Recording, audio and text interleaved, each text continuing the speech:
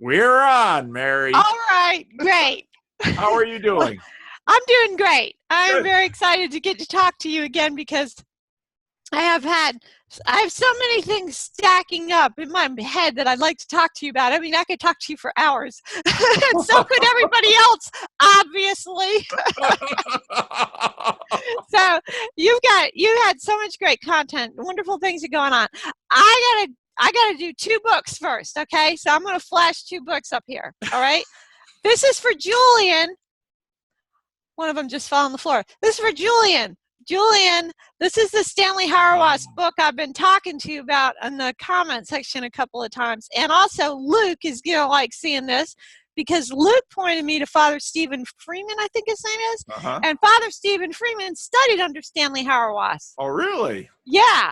So Luke would like to know that I watched or listened to all the Father Freeman stuff that I saw. Just a second, let me get this other book that fell on the floor. Okay, so this one, you're going to like this one, Paul. This is, can you see it? Practical Theology. Bye. I can't read it down below. Okay, Peter Kreeft. Oh! It is Peter Kreeft, okay? So this is great. A lot of the people that watch your channel would love this book. This goes into Thomas Aquinas' Practical Theology. As you can see, I've really been poured over that book. Wow. Also, remember, Kreeft means lobster. Yes. Remember that? We Yes. learned that on your channel. That means you can give your lobster a last name. Where is he? I don't see him. Oh, he keeps fall down. He must be. Where is he? Call him Bucko Kreeft. Oh, here he is. Yeah, we have. He could have a last name, Bucko Kreeft, instead of Kreeft. just one name. He's a little inflating. He's a little. We've got to. Oh yeah, you don't want him. You don't want him to be deflated. You don't want him to be defeated. No. Falling on the floor. He needs some serotonin. Yes, he does. I got things to say about serotonin in this conversation too. Okay, so mouth-to-mouth resuscitation. All for right, the lobster. I don't like to think about what I have to do. But there we go. There you go. We'll see if he stays. Okay, so I have a couple. I think I'm only going to get to like 2 topics, and I want to kind of circumambulate them a little bit. You know, your Jungian. Now, is this going to be a conversation, or are you going to? It'll be. Women seem to want to colonize my channel, and it's like Paul is not just a passive thing to get your hobby horses. Okay, out. you know what? You're right. So I have to stop, and I have to get feedback. Okay. All right. We'll do that. Okay. Did you talk to your? Usually I have one conversation where folks kind of share their story, and I pretty much just let them go. And the next conversation is where we process some things. So that's kind of the way that the pattern has gone. All right. Well, so did you talk to Jungian people? Because you were going to talk to somebody Jungian, and you didn't never put that up, I don't think. Well, Skip. So I had a conversation with Skip, and he has a channel. He has a pretty good sized channel where he reads audiobooks from Jung, and he puts out a ton of content. We had a conversation, and his internet went out, and so he posted the little beginning of that conversation, but he and I haven't had a second conversation.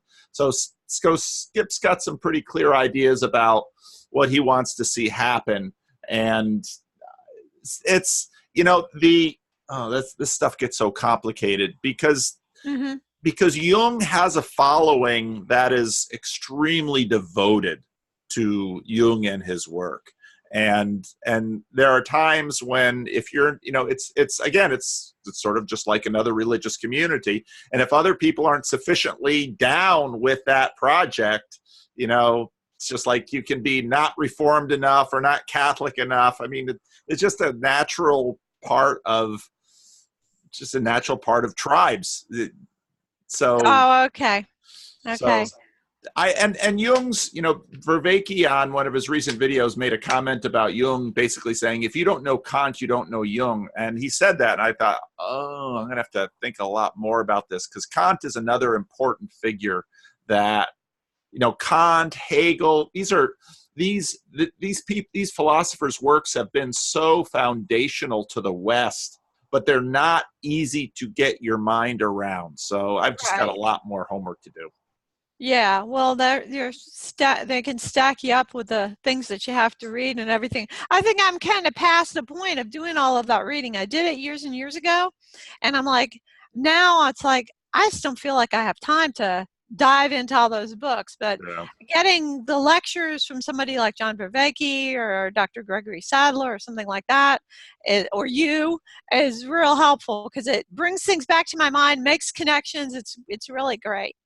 So, okay, so I said that I was gonna think about the men without chests and the women. Yes. Women that had an issue similar to that, yes. right?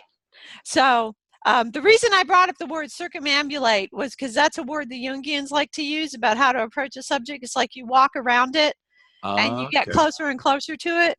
And you know, it's really just means walk around, right? Circumambulate means to walk around. Yeah. But somehow or another, when people say things in Latin, it's supposed to be more special, you know? It's like you go to the doctor and you say, you know, I have this red irritated patch on my arm, and the doctor looks and goes, oh, that's dermatitis. And all he did is say to you in Latin what you just told him in English, but now you've got a diagnosis all of a sudden, you know? That's right. That's exactly right. So anyway, so I was thinking about that when I was thinking about all the ways that I was approaching this. I thought, well, I'm kind of circumambulating it. It's like I have these different little stories that I think feed into trying to get a handle on what's going on with a particular thing that I observed. So I want to tell you several little stories. Okay. All right, and I won't go back to back. I'll wait for you to respond to each one. Okay. That sounds good. Deal? Okay. All right. The first one is something that happened in my family. Okay. So we had this new baby was born into the family. You know, one of my son's family had a new baby. And, you know, mom brings the new baby over, and all the women of the family are gathered together and they're making over the new baby. Well, this new baby has a brother who's just about 4 years old. And he's kind of bouncing off the walls a little bit. You know, he's being told to settle down and quiet down and whatever. And at some point in this whole little scenario, he bursts into tears and he goes, everybody likes the new baby and nobody likes me anymore. And he starts crying inconsolably, and all of us females around him, you know, we're petting him and we're trying to comfort him, and we've got all these things we're saying to him and how he's so important, he's the big brother and all this stuff, and he's not having any of it. The tears are just flowing. And my husband's in the kitchen. We're in the living room, and suddenly my husband walks out of the kitchen. He grabs that boy up, throws him over his shoulder like a sack of potatoes, runs up the stairs with him, throws him on a bed, and starts tickling him. and in moments, that kid is laughing his head off, and he's totally happy, you know. And I just admire. I was filled with like this sense of admiration over him doing that. It's like he knew exactly what to do. All of us women, with all of our words, we were being completely ineffective, and he took that, you know, that masculine, strong action, and he just dealt with it, and it was all good, you know. Yep. And so that's the thing. The sense that what I'm seeing is missing is in women is that appreciation of being able to observe something like that and have you recognize it in a way and appreciate it. Yeah. Do you see that? See that? That's a great story. I love that story because that so nicely illustrates, you know, men and women are different. We just are. And I love that story. I'm going to use that story at some sermon at some point. I am. It is a great story, and it so perfectly illustrates exactly what it illustrates. That sometimes, and I'll, you know, when men are married to women and women are married to men, you sit there and just talk, and it's like, you know, two different worlds. So right. But now I have a couple of stories that I think illustrate the opposite. Okay. All right. So one of them is, remember I was talking before about being interested in like homesteading and animals and, Yep. you know, gardening and all that stuff. Okay. So I was watching this video about this man who had gotten, because I said before I was interested in goats. I'm also interested in ducks. So I was watching this video of this man who got these baby ducklings. And he's got them all set up. You know, he's all set up to start raising some ducks. And he brings them home. They come from home from Tractor Supply in a little box, and they're, you know, peeping and everything. And he's got several little children. So the whole video is showing him bringing the ducklings home from the store, and he goes downstairs to his basement, and he's got a brooder set up with a heat lamp for him, and he's got several little children, so he's talking to his little children. He's telling them to be careful, you know, the older ones have to wash their hands if they touch the ducks. They mustn't put their fingers in their mouth, and the little ones not to touch the ducks at all, because he will put his fingers in his mouth, and, you know, and all this stuff he's doing. He's taking care of the little ducklings and making sure they're warm and cared for and everything. And then the next scene in the video is they're several days later, and they're taking the little ducklings out for the first time for a walk in the backyard. It's their first outing. And they have a black female lab. And she's just following along with these ducklings, and you see her, and all the kids are there, and she's like nosing the ducklings and sort of herding them along. And there's a little boy, and I don't think this little boy was even 3 years old. And we'll say that I don't remember the name of the dog, but we'll say her name was Lucy. And here the little boy says, "What's Lucy doing?" And the mother, who must have been the one holding the camera, because she didn't appear in the film, she says, "She's trying to be the duck's mommy." And the little boy says, "I want to be the duck's mommy." And the dad says, "You're a boy, you can be the duck's daddy." And I thought, ooh, I gotta read this comment section, because you know how sometimes will write in YouTube, they'll write, "I'm just here for the comments." And I was like, I know there's going to be something stupid in this comment section, so I'm going to go down and look for it. And so I scrolled down the comment section, and sure enough, some I'll call her a bicked witch had written, "Why did you tell him he can't be a mommy? Don't you want him to be nurturing?" And the dad, the owner of the channel, had come back and just said, "Don't you think a father can be nurturing?" Which is a much less, fewer words and kinder than I would have probably said to her. But the thing that killed me about this is the whole video was of a nurturing father. Yeah. He was nurturing his own children. He was even nurturing duck children. Yeah. And she couldn't see it. Yeah. So, you know, and I don't know, was she ideologically possessed or what? I was thinking about this. What is wrong with her? Yeah. She couldn't see it. Yeah. We've got kind of a stupid culture. We trip up on things that probably shouldn't trip up on. I mean, if you just pause and think and be patient and be quick to listen and slow to speak, which I'm certainly not someone who should, you know, toot that horn too loud, because I do a lot of talking. But well, good story.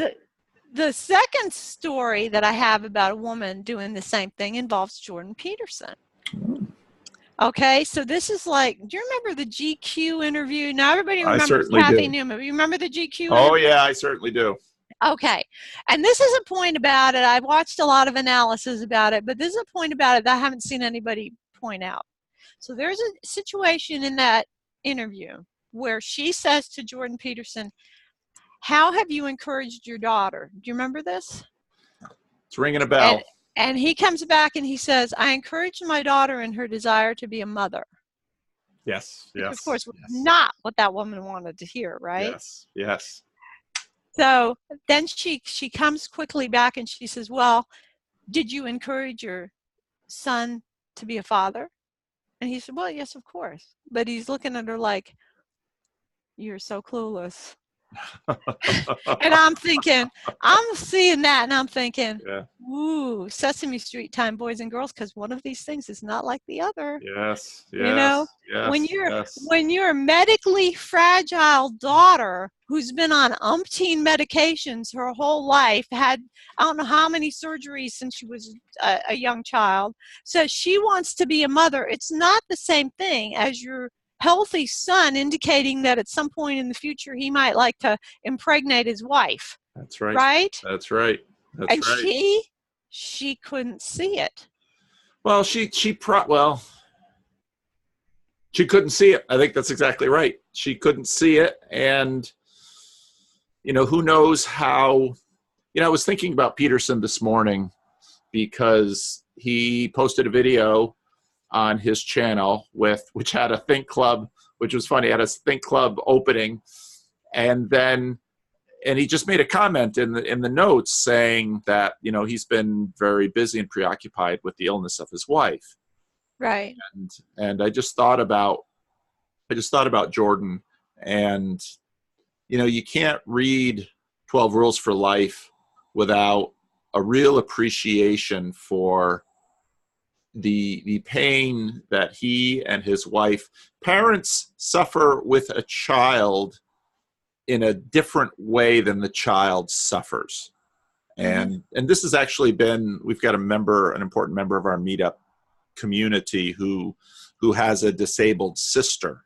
And when there's a significant medical issue with one of the children in the family, that shapes the whole family. It very much shapes the parents. And I was thinking I should probably do a video about Peterson and call him a man of sorrows, because in many ways the trauma and the sorrow and the struggles that he had because of his daughter's medical condition, he wouldn't be the same Jordan without that deeply shaped him and shaped his thought.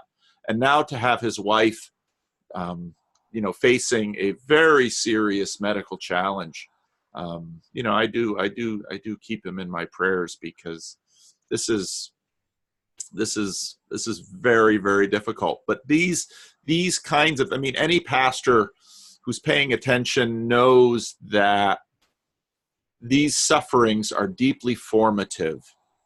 And, the New Testament talks about suffering in a peculiar way, how the Apostle Paul, for example, how, to fill up the sufferings of Christ. This extremely, interesting phrase that Paul uses. And you have the sense that part of what suffering does is bring a depth to glory that perhaps could not be had any way than through suffering. And you see this as a pastor. You see this in people's lives, that suffering can make people deep and profound, and give them this godly quality of strength and tenderness at the same time, which is, I did a video on the Democrats all want to be about kindness and the Republicans all want to be about strength, but it's godly to be strong and kind, because strong and kind actually makes love. And love without strength is mere kindness, and love without kindness can lack gentleness. And so, to encourage his daughter to be a mother despite everything that she had undergone. And I think about that movie that was out a number of years ago, Steel Magnolias, where that's one of my favorite movies. where the mother is, the daughter has had medical difficulties, right, and the daughter has decided to go through and get pregnant, and understanding fully the risk that the daughter will face because of this. These dramas are what make human beings godly. And it's just true. But our culture, I've said before that the sign of a good culture is it bequeaths upon young people a wisdom that their years could not earn for them. And our culture is failing the younger generations because we are not reliably giving them this kind of wisdom that you actually need in your 20s to make the hard decisions that will bear fruit in the 50s and 60s. Right. Well, that's what I thought when I contrast these women who could not see, like the woman who couldn't see the fatherhood, the nurturing fatherhood of the father with the ducklings, or the nurturing or the sacrificial kind of fatherhood that Peterson was expressing when he said, I encourage my daughter to be a mother, knowing that's a risk for him, for his heart. Yes. Right? Yes. And that she couldn't see this. And I was thinking, what is it with these women? And then I was thinking about, because you had talked about the men without chests, Yep. that whole thing that C.S. Lewis wrote. Yep. And so my question was, or, you know, about their perception. And then I was thinking about, we keep talking about perception, like in this whole conversation, right? We talk about, like Vervaeke talks about a salience landscape. Yep. And Peterson talks about a priori structure, that without that we can't see things. Yep. So I was thinking, what are these women missing in their a priori structure or in their salience landscape? What is it that's happened to them? And then C.S. Lewis, when he writes about the men without chests, it has to do with perception. Mm-hmm. Because it's like that's what they were missing. They were missing a perception. Like they had been educated out of the normal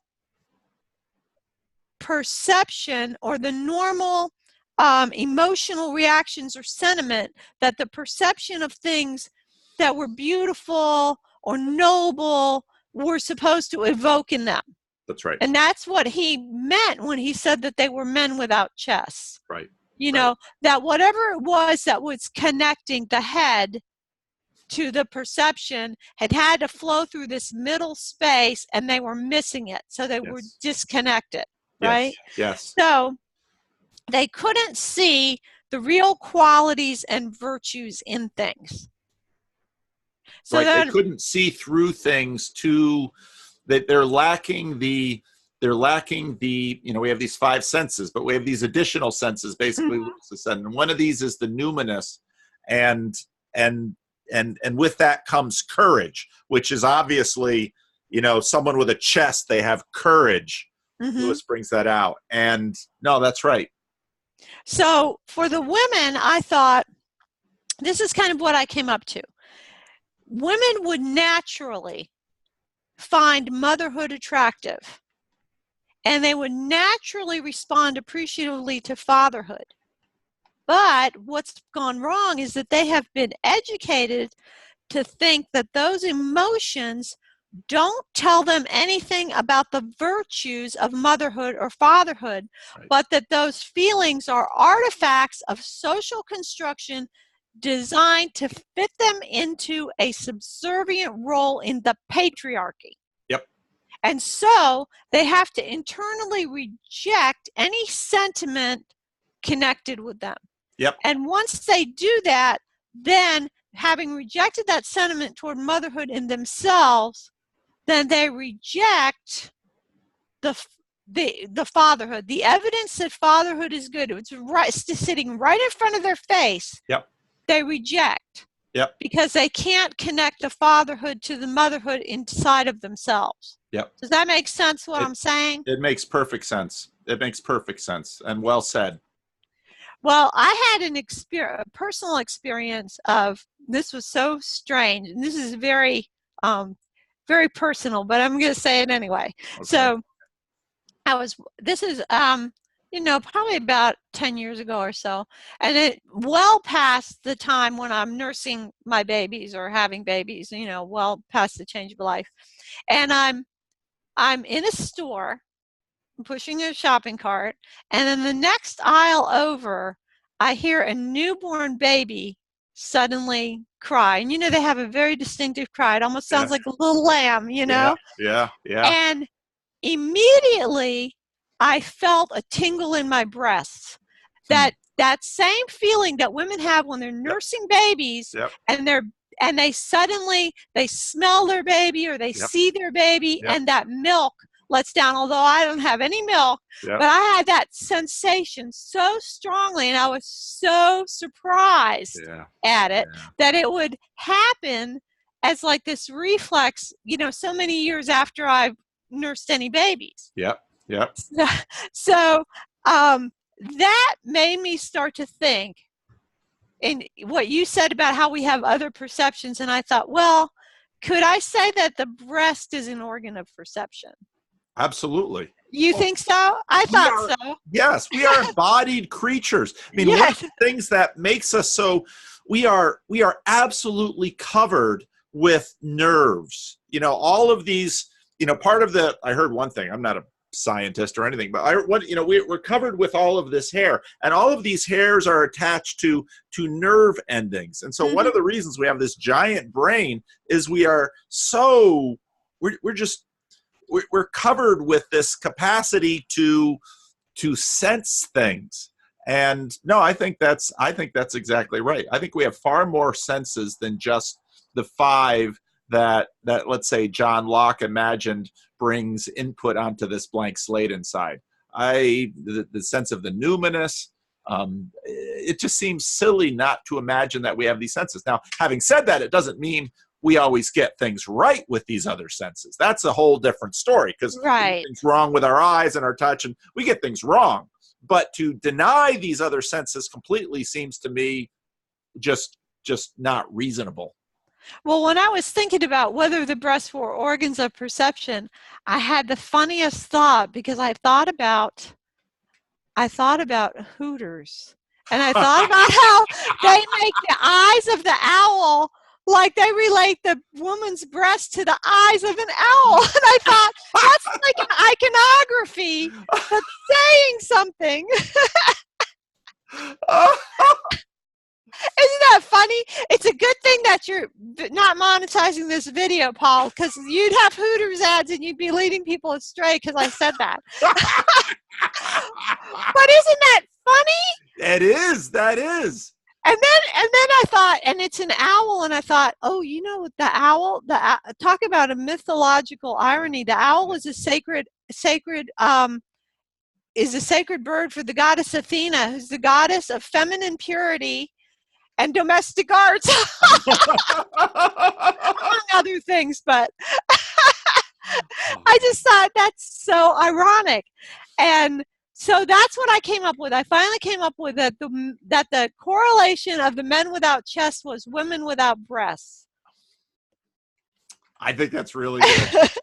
And so the bottom line is, like, in our time, the problem with women is too many boobs, not enough breasts.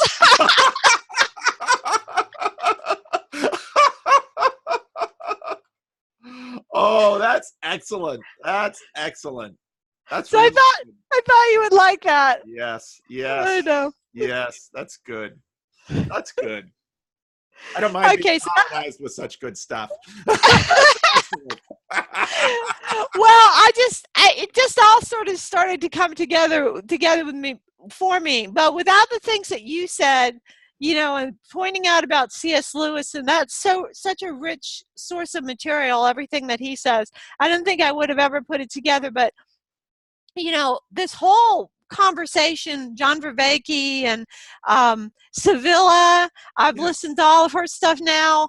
I got caught up with her, on her channel. A lot of stuff too. Yeah, she does, and it's great, because I'm probably not going to sit down and read the motorcycle book, Zen and the Art of Motorcycle Maintenance. Although I actually think I did read it years ago, but it just went right past me at that time. But it's so good to listen to her go through the chapters and explain it, explain each one and where she's coming from on it and everything. I just think that it's great.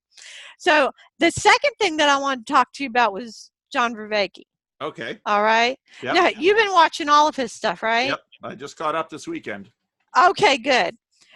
I think it's like the most humane that's the word that comes to my mind when I think about this project that he's doing, is how humane it is. Which I think is like, when I say that it's humane, I'm thinking, you know, there's lots of people who could say, well, there's this problem with humanity or society, and they care about society or humanity, but they don't care about the individual person. But you can see in John Vervaeke that he sees a big problem, but that he has his heart open. He's a man with a chest, see? To the individual person who's being affected. Yep. And wants to find some way to help them to get through it. Yep. But I was cracking up when I listened to his lecture on the Romanticism. That was a good one. Yeah. It was so good. But you know, there was one point in the lecture where he goes, we can't believe in God anymore. We can't do religion anymore. Did you remember him saying that? Yep, in that I one? sure did. And, you know, that caught my attention. And you know what I thought? What? I thought of you immediately, because I thought, who's the we? I'm talking to my phone. I'm saying, oh, who's the we? Paul Vanderklay taught me to say, who's the we? Because the we is not you and me, obviously. Right. So It's got to be another we. Yeah. Well, and I, you know, I've got a deep respect for that, because, you know, Sevilla, for example, she and I talked about this a bit. Job and I have talked about it quite a bit. There are many people, I am now, because of this channel, in contact with many people who quite honestly say, well, Jem, I'm actually going to talk to Jem right after I talk to you this afternoon. We had a conversation before.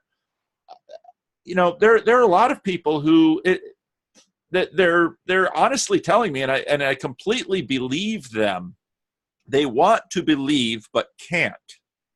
Mm-hmm. And I think people like you and I, for whom belief, I've never stopped believing. And in fact, in probably some of the darker periods of my life, I found that the suffering made me believe more, and it drove me in, you know, and that was such a, whereas in that, for many people, they get driven out of belief. And so I think the church had really better not guilt people about their frustrated attempts and desires to believe, but their difficulties, and for the church to, you know, try to guilt and shame people for not believing. I think this is a terrible thing. But at the same time, when he says, you know, we can't believe, I thought, I see people coming to belief all the time. Mm-hmm. Yeah. Yeah. I felt the same way. I thought, you know, and I don't think it's a majority that can't believe. It looks to me like the majority of people do believe in something transcendent, right? Yeah. So, and then he talked about, I think more in his conversation with Jordan Greenhall, talked about trying to build sapiential communities. And I thought, well, that whoever that we is, they don't want religion, but they have a need for church. They feel like they need church, right? Yeah. So maybe they need to have the church first before believe. In other words, maybe they just need to be in the church without believing. Like you've said to some people, just go ahead and go to church whether you believe or not. I thought that was. Did you look at the conversation with Jordan Greenhall? Yes. I don't know what you thought about it. I had some thoughts about it. I want to hear your thoughts. Well, okay. First of all, I had a great deal of respect for the conversation, because I thought it was a very hard conversation, and I thought they were trying to do very hard things in the conversation, and that they were, although it's the kind of conversation they would recommend to other people, I think very few people could do that kind of conversation. Yes. Where you're trying to operate on many levels at once and pay attention to many things at once. Yes. You know. Yes. You're trying to pay attention to what you're saying and what the other person is saying in the context of the larger project that you're doing together, in the context of the larger problem in society you're trying to address. Plus, you're trying to also pay attention to your own responses way down even into the physical, and the other person's responses in that way also, and stop and address those when they come up. And that's hard. That was hard. And it was Yes. interesting to watch them do that, I thought. Yes. But at the same time, at some point, it felt to me like they were getting too meta. Like they're having a conversation about how to have a conversation about how to have a conversation about how to have a conversation, you know, and I felt like, okay, you know, you think about Abraham Maslow's hierarchy of needs, right? It's like they've gotten up to the top of it and they've jumped off and they're floating off into the stratosphere somewhere. And it's like, I want to take the rope and pull them back down and go, and I want to say, guys, what are you eating? What are you feeding people? Yeah. Which is like, that's at the bottom of Abraham Maslow's hierarchy of needs, right? Is what you eat. And I remember you saying in one of your videos where you were talking about people we think we've made so much progress, but we don't know what to eat, right? Yes, that's right. That's right. And I thought, it's like we think we can do this self-transcendence thing because we think we've got the base of the hierarchy covered, but we really don't. Yeah. And this is, you know, you can see it in like how all the guidelines have changed. Like, you know, yes, we're supposed to eat butter and eggs and fat, and animal fat is good and fatty meat is good, and low-fat milk and low-fat cheese is bad, and vegetable oils are bad, and animal fat is good now, and everything's flipping. All the guidelines are flipping as the new nutritional information comes. Yep.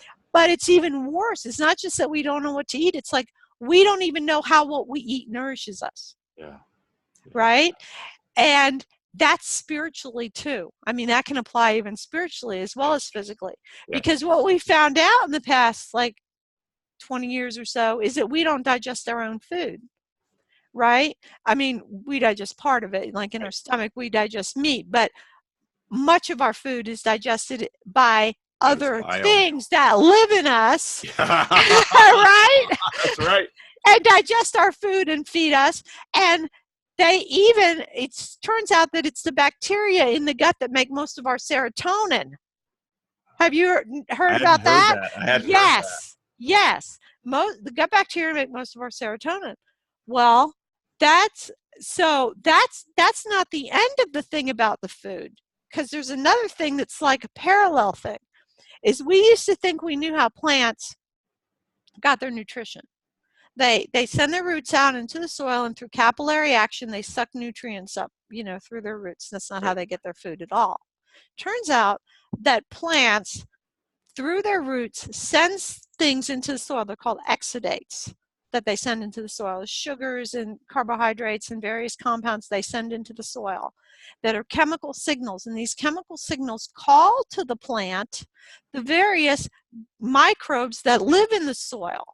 The soil bacteria, the mycorrhizal fungi, the nematodes, call these things to the plant, and those things feed the plant.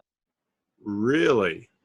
Yes. Some plants put as much as 50% of the carbohydrates that they make back into the soil to communicate with this soil life. Not only that, the communication with the soil life even communicates things from one plant to another. So if you are not caring for the soil so that has an abundance of this other organic stuff, your plant is not going to have what the plant should have. Exactly. Well, think about this. Now scientists are starting to think that there's actually some sort of communication that goes on between our gut microbiome and the soil microbiology. And they're thinking that occurs through the food that we eat, which means that food is information. Karen's going to like that point. Wow. Okay? So food is information. Now, imagine that you're eating food. Let's say you're eating food, and the average American plate, the food has traveled 2,000 miles.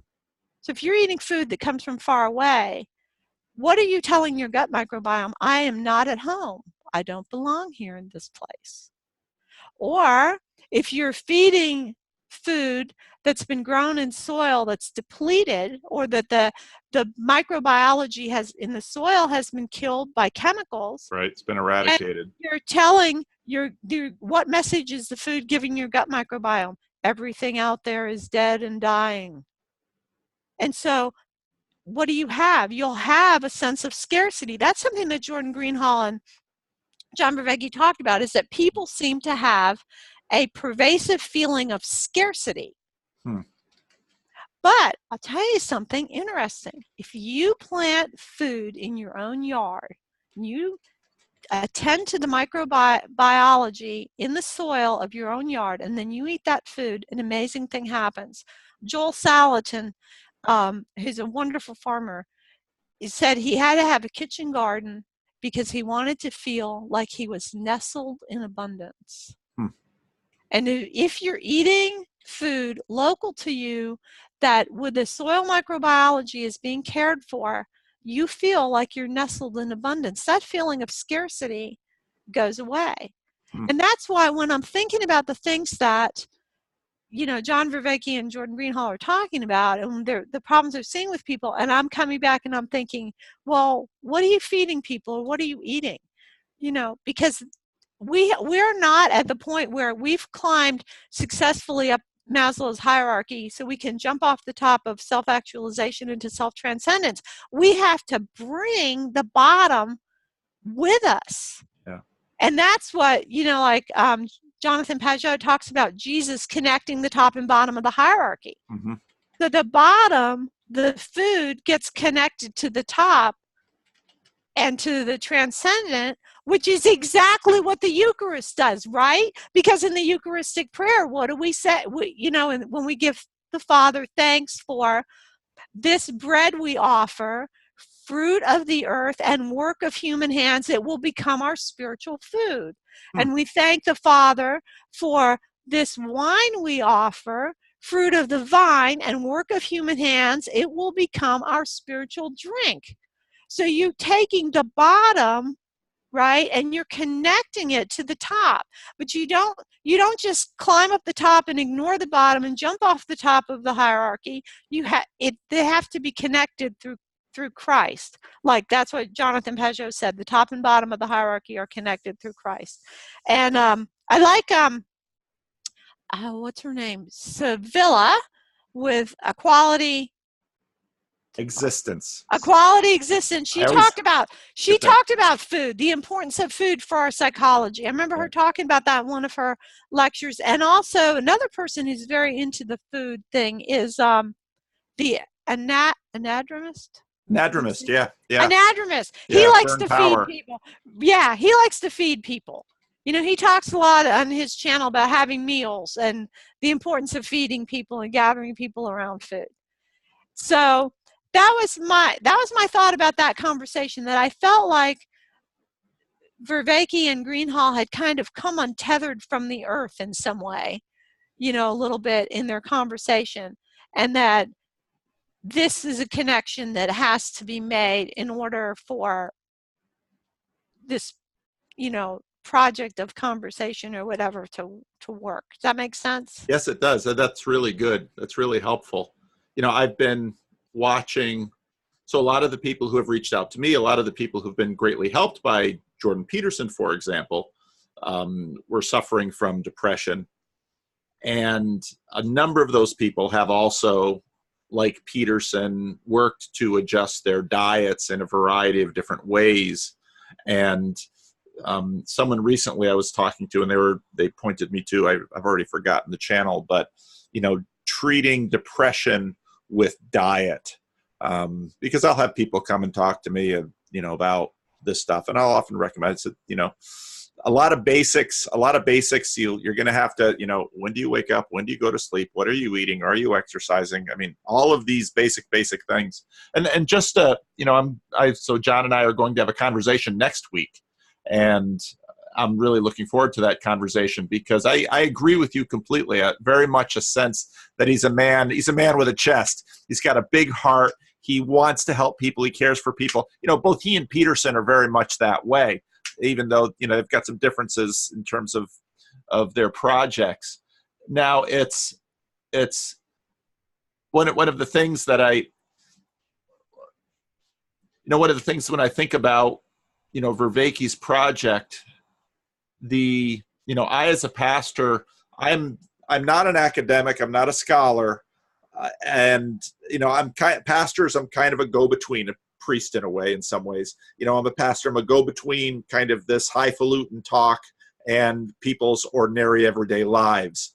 And that's one of the key things where John also, it's interesting how the thing that moves Jordan Peterson is that when someone comes to Peterson and says, "You really helped me," I mean, that, as we've seen many times, that when Peterson hears that, he knows, okay, I'm fulfilling my calling. This is what I want to do. I want to help ordinary people sort out their lives, repair the relationships with their parents, be able to have children and have a home that's in order, all of those things. Well, I think John Vervaeke wants a very similar thing. Difficulty at some point, and I love his project. I've really been blessed following through it. I've learned so much, but at some point you have to figure out, okay, how does it get down to people who will never they'll never study Kant or Hegel or Pascal, and this is why I love the church, because the church majors in this area. For every one person that might be interested in this highfalutin psychology, there are 5 or 6 or 10 who are, going to the liturgy, whether that's a high liturgy or a low liturgy. And it's amazing, even a low liturgical tradition like mine, how people cling on to that liturgy and say, first we do this, and then we do this, and then we do this, and these are the words we say, and these are the stories that we know, and these are the ways that we trust. This is basic stuff, as you said, all the way down into what we eat. So no, you're right. And so then I did a Melanie Bruce, is it Brewster? I think it is. I've used the video before. She went to a Skepticon conference and did a talk about church people and why atheists can't do church. And she's just exhorting them to meet together and talk together and form communities. And I listened to that and I think, yeah, but what people form communities around is, well, so often a table. I did my conversation with Rod Hugan, who I have to, any excuse to have Rod Hugan on the channel is a good one, because Rod, in my opinion, is just the epitome of what a pastor should be. When he planted that church, a big part of how he planted that church was he had people over to his house and he gave them a meal. And that's how the church, in a sense, started. And this gets back into some of the Peterson lectures about women share food, and just the sharing food is such a basic thing. And so the food that Rod would share would be food he would make with his hands, and that of course conjures up Babette's feast. And it's and if you want to change the world, prepare a table before them. Right. Well, and another thing about the food is that, or the plants, when you talk about, how him preparing it with his hands, is that people who do herbalism really understand that when you make an herbal preparation, your intentions matter.